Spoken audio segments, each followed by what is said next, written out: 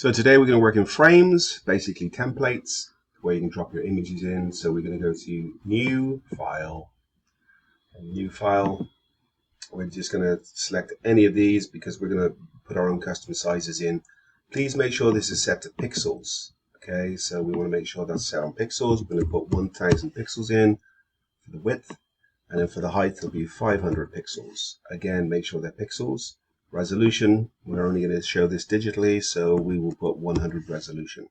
So again, 100 pixels, 1000 pixels, 500 pixels, and a resolution of 100. Just click create and we'll get our template up. So from here, what we're going to do is set up the design. So what we're going to do now is work on the design layout of this template. So we're going to go up to View, across the top pull down menu, go to View, come down, make sure Snap is selected, and then Snap to, you want to make sure the Guides is selected also. So Snap and Snap to Guides, those need to be selected, and then we'll go down to Guides and come down to New Guide Layout. This is going to pull up a dialog box, and basically the default here is 8 columns. We're going to do today just use 3 columns. We want to use 1 row. So 3 columns, 1 row. Select the row here and put in 1 row. So that's put in our sections here, and these are known as gutters. And the gutters are currently 20 and 20 pixels wide, which is fine. I have no margins on this right now. If I was to print this, it would bleed off the edge of the paper, which is a nice design technique, but we're going to put margins in. So select the margins here. By default, everything is 20, 20, 20, 20 pixels for all the margins. The only thing we're going to change here is we're going to change the bottom one down to, let's say, 70. So the bottom margin is going to be 70. The left, top, and right will all be 20 pixels. So once you've got that, click OK. That gives us our template. So from here, what we need to do next is actually put the frame in. So we come over to our toolbar here and hover over this. You can see it says Frame Tool. So I'm going to select the Frame Tool, and you see a couple of options up here. You got the square, you got a circle, triangle, you got a freeform. So these will be the templates that you put into your work where you can drop pictures in, much like you do in things like Canva and such like that. So you just drop your picture in and it will go snap straight into this frame. Today we want to use a square frame, so click on the square frame, come down, and because we've got snap to, it's easy to line up to the blue lines. So click and drag, and when you click and drag, it snaps to it, and that's our frame. So the next thing we'll do once we put the first frame in is we're going to go to Windows and make sure that the contextual bar is selected, which mine was, and I'm going to come back down here and turn it back on. And then from here, so with our frame selected, we're going to come down to Window, as I say, contextual taskbar. Make sure that is selected. I think I might have just unselected that. 1 second. Yeah, I did. Contextual taskbar, and this taskbar has come up. Make sure that you're on this this frame layer here, and then this has a white box with a red line through it, meaning there's no line to it right now. So what we're going to do is we can select any of these colors to give it a border. But I'm going to check on this color here and just going to pick a gray, just a warm gray, in about there, and click OK. And then from there, what we have now is a border. And if we just get to my bar here.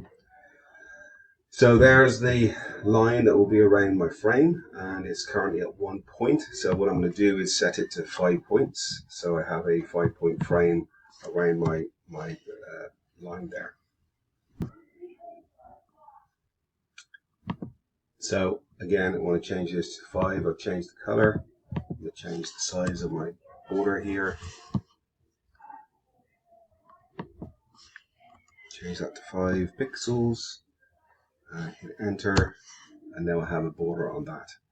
So I could redraw that and go through that whole process again, or I can hold the Shift and Alt key, and you'll see my cursor is changing. It's almost like I've got a drop shadow to it. So when I hold Shift an Alt key, and I can click on the mouse. I can drag over another frame with the same settings. And then I let go of the mouse, click one more time, and bring another frame over so it snaps into the area that I want it. So now I have 3 frames, all with the same border, all located in the same position.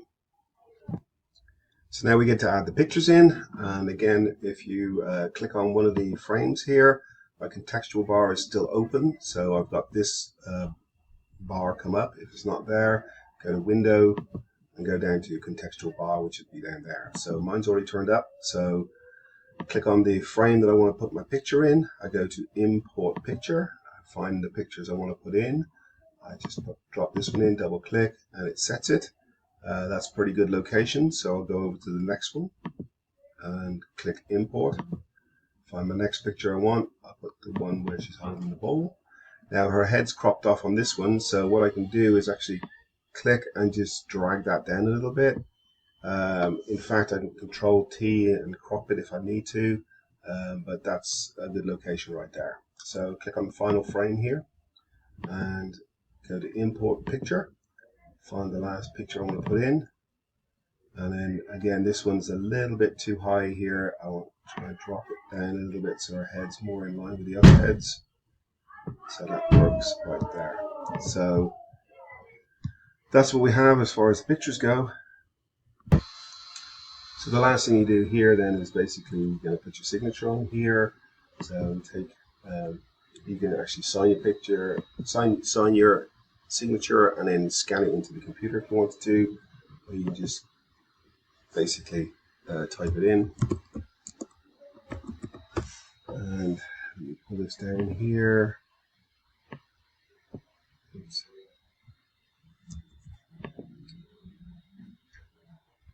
So again, I have my text tool here. I select and basically I'm going to type in my name. And I'm not sure what went wrong there. So I finally got my text tool to work, so it's type my name. Make sure I'm on the text tool. And type in my name, and then I can change the size of this if I want to, or I could change the opacity, but then basically just center this up. So put it there. I could write photography under there, make that a bit smaller, write photography under there if I wanted to, and make sure it's centered. So keys to tab it down a little bit. If I want to get the guides off, hit Control H, and then the guides will be gone. That's basically the project. The importance of this project is when you get to the frame stage, when we just have the frames without the pictures in, you have the template ready to go. The beauty about this is if you go to File, Save As, and then we save this as a template, and it's a 3-column template. So I'll just write 3-column template here, and then at the end I put .psd is the file extension for Photoshop, PSD. But if we put a T at the end, this now becomes a template. So if I click OK now and save, that's saved as a template. So anytime now I pull up a new template, so if I close this down and I reopen a template, which is down here, PSDT, that says it's a template. So it comes open here as an untitled new template. So had I not put the pictures in, you would be seeing just the frames. But since I put the pictures in here, all I'm going to do is go back in here and just delete the pictures and put the frames back in. But the importance is, before you get to put any pictures in and you have the frames, save it as a PSDT, and then you'll always have a template already made. All you have to do is drop the pictures in. Hope that made sense. Hope you enjoyed it. Good luck.